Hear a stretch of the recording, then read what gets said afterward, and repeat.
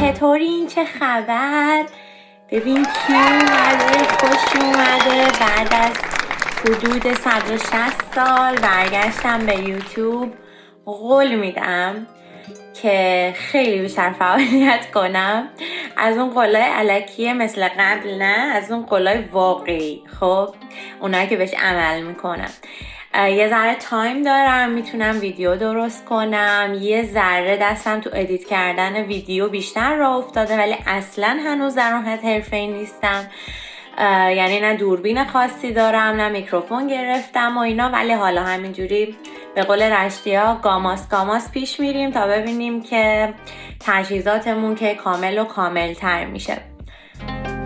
خب از اونجایی که خیلی وقت نبودم، یه ذره رشته کلام از دستم در رفته. یه 4 تا ویدیو گذاشتم قبل از، یعنی هر 4 تا ویدیویی که تو چنل یوتیوب هست حتما دیدینش. خیلی اومدم واضحا اطلاعاتی شروع کردم با مثلا اطلاعات در مورد زبان خوندن و کالج رفتن و توی کالج چجوریه و چجور کالجایی داریم و خیلی هم وایب مثبت گرفتم ازش. خیلی کامنت های باحالی گذاشتین، خیلی راضی بودین.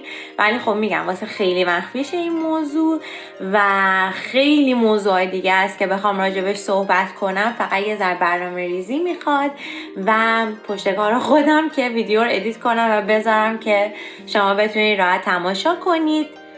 و دیگه یه چیز دیگه هم میخواستم بهتون بگم و خدا آدمو کم حافظه نکنه. الان که بعد مدت ها اومدم برای اینکه بدونم چه ویدیوهایی رو پیش آماده کنم، چون میخوام موقعی که تایم خالی دارم این کار انجام بدم و تا ویدیوها رو مثلا اگه یه روز وقت دارم ممکنه یه روز 4 تا 5 تا موضوع رو بتونم ویدیو بگیرم، بعد بشینم ادیتش کنم و بذارم.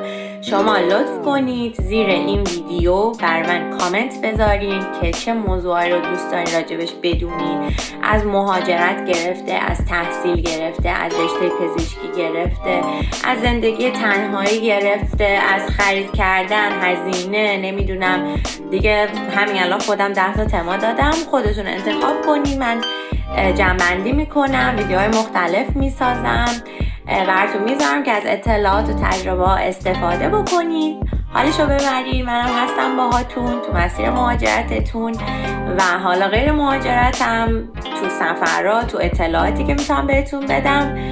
خلاصه خوش میگذره دیگه. خلاصه که جونم براتون بگه قراره این قیافه رو زیاد ببینین از این به بعد، پس لطفاً به من کمک کنید که من بتونم ویدیوهایی که به دردتون میخوره براتون درست کنم. این زیر کامنت بذارید و سابسکرایب کنید قطعاً، چون عقب میمونید. خدا نکنه از روزی که من فعالیتم بخواد سر بگیره ویدیوها رو از دست ندین. لایک کنید، به دوستاتون معرفی کنین که من حمایت ببینم و حسابی انرژی بذارم واسه ویدیوهای خفن براتون. اچ به سر و کلتون. بریم ببینیم چی میشه. منتظر پیشنهاداتتون هستم. فعلا